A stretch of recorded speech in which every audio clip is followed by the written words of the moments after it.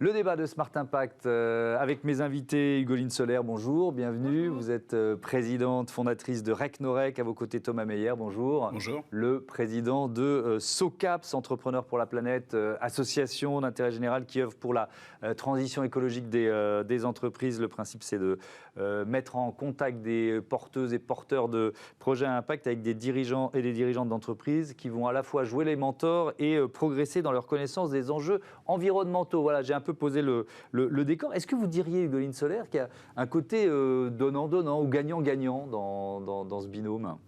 Complètement.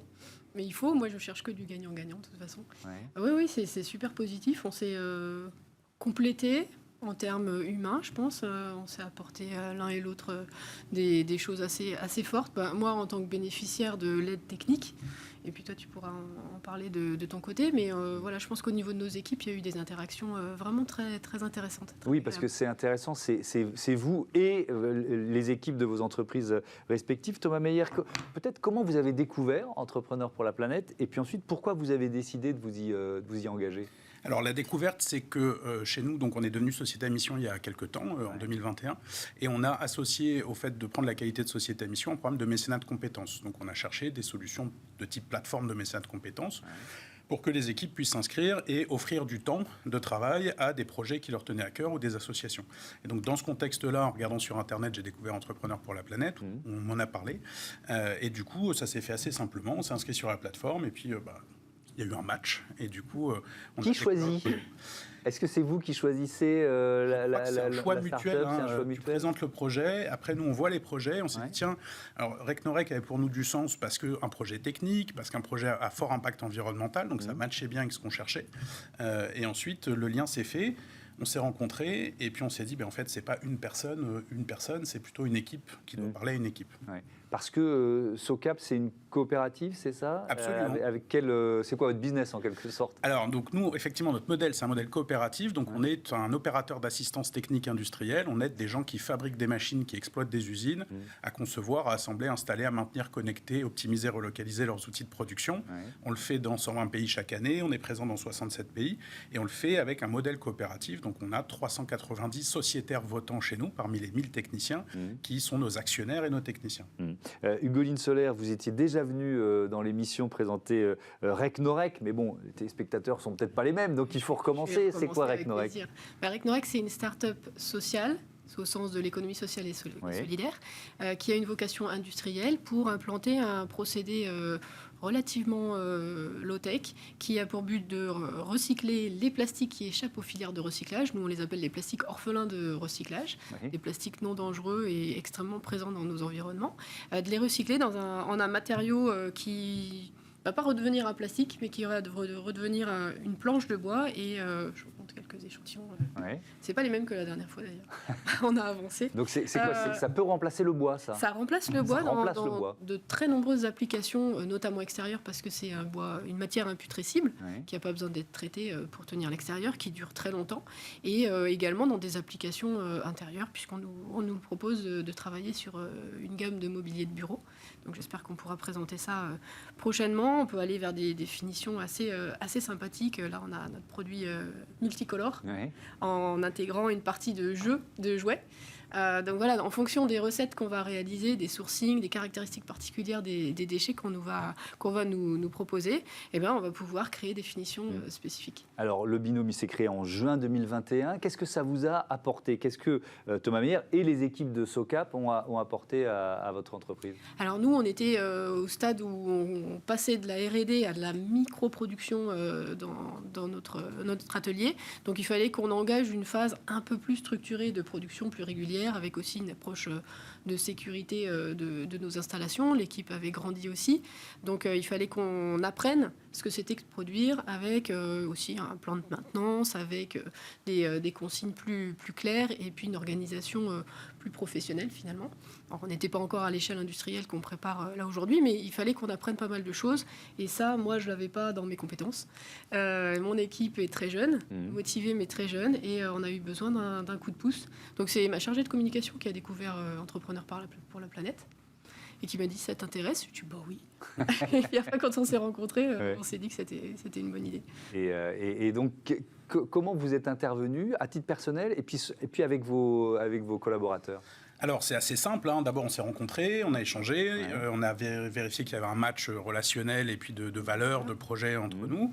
Hugo La dimension disait- technique dont vous parliez aussi, intéressant. Exactement. Donc, il y a des procédés de plasturgie, il y a des problèmes de machines, de plans de prévention, de plans de maintenance, de gamme, etc., qui sont notre quotidien en termes de business habituel, dans l'agroalimentaire, dans la santé, dans la logistique automatisée. Et puis là, on s'est dit, tiens, c'est sympa parce qu'il y a un projet qui a un supplément d'âme et un projet qui matche bien avec notre tournant clean tech qu'on est en train de prendre. Donc, ça nous fait une référence additionnelle de savoir-faire et peut-être qu'on peut apporter quelque chose en mettant en face des équipes du Golin des contreparties, des miroirs chez nous avec notre directeur technique, notre responsable de la sécurité, un chef de projet maintenance industrielle pour que ces gens-là se parlent et se disent « Ok, t'en es où ? Ok, bon, là, il faut peut-être que tu progresses dans tel et tel axe. Tiens, je te mets des outils en main qu'on utiliserait dans des grands sites industriels internationaux à la portée de ton...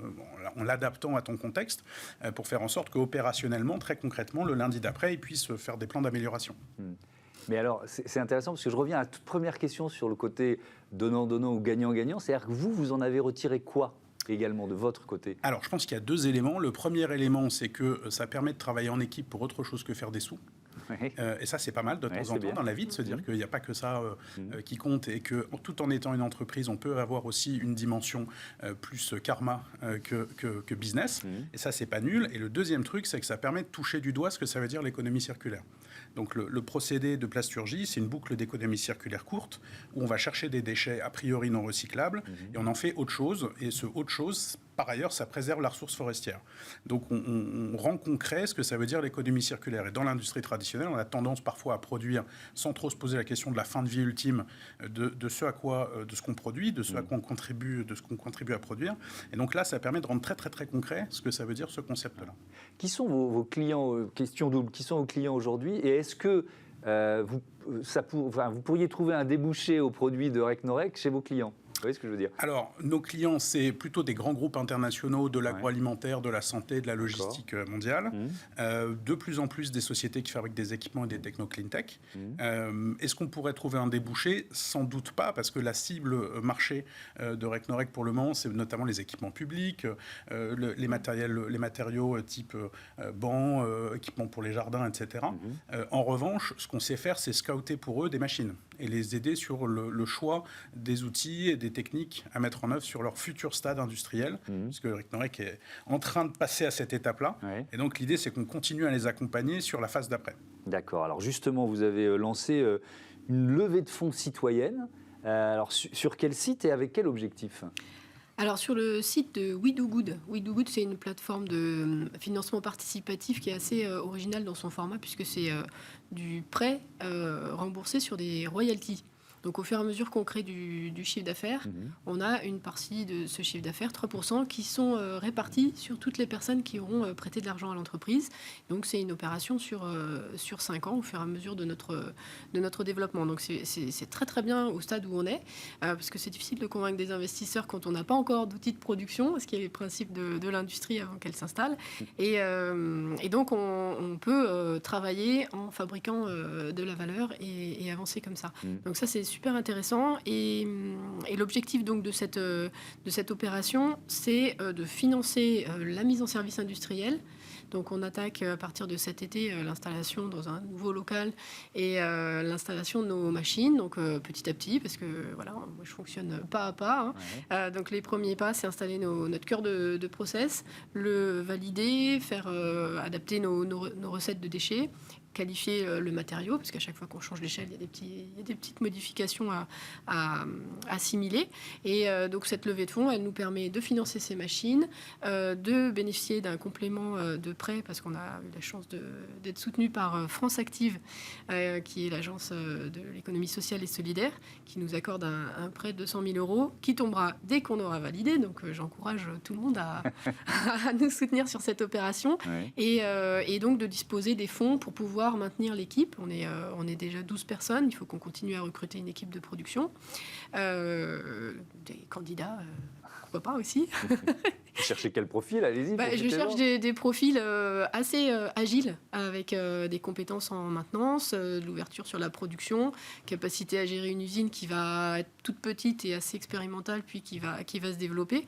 Donc, et des profils qui sont évidemment hyper motivés par l'économie circulaire et par les valeurs qu'on porte.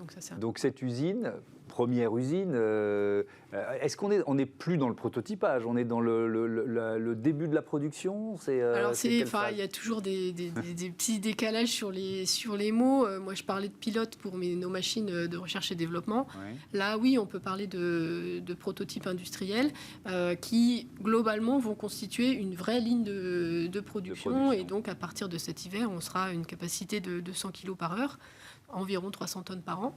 Donc, ça commence à être quelque chose d'un peu normal. Est-ce qu'il y a des pièges à éviter dans cette phase-là? Parce que vous êtes aussi là pour ça. Oui, alors il y a beaucoup de pièges. D'abord, il faut se rendre compte que l'industrie, c'est beaucoup de capitaux, et donc il faut quand même des sous. Et donc le premier sujet, Hugoline en parlait, c'est de lever des fonds et d'avoir un effet de levier pour être capable d'avoir une capacité à emprunter. Le deuxième sujet, c'est qu'une fois qu'on a réglé le problème du foncier, il y a un sujet qui est la puissance énergétique, en particulier dans la plasturgie. Et en ce moment, l'énergie, c'est un énorme sujet. Donc toutes les machines qui peuvent constituer ou contribuer à moins consommer d'énergie, c'est plutôt une bonne nouvelle dans les temps qui courent. Et puis enfin, il faut toujours se dire que quand on installe une ligne, il faut anticiper celle d'après. Et donc, il faut éviter de prendre des choix trop définitifs sur les choix techno et sur l'implantation pour se dire qu'est-ce qui se passe quand on passe de 300 kg à 500, à 600 ? Est-ce que le site le permet ? Est-ce que la ligne le permet ? Est-ce qu'on peut démultiplier la production ? Et ça, c'est au début que ça se prévoit. Une fois que c'est fixé au sol et que tout est acheté, c'est un peu trop tard. Donc, on est aussi là pour peut-être donner un avis supplémentaire ou un regard bienveillant par rapport aux cahiers des charges qui ont été émis, par rapport aux choix qui ont été faits et faire en sorte qu'il y ait le moins d'erreurs possibles qui soient faites à l'arrivée.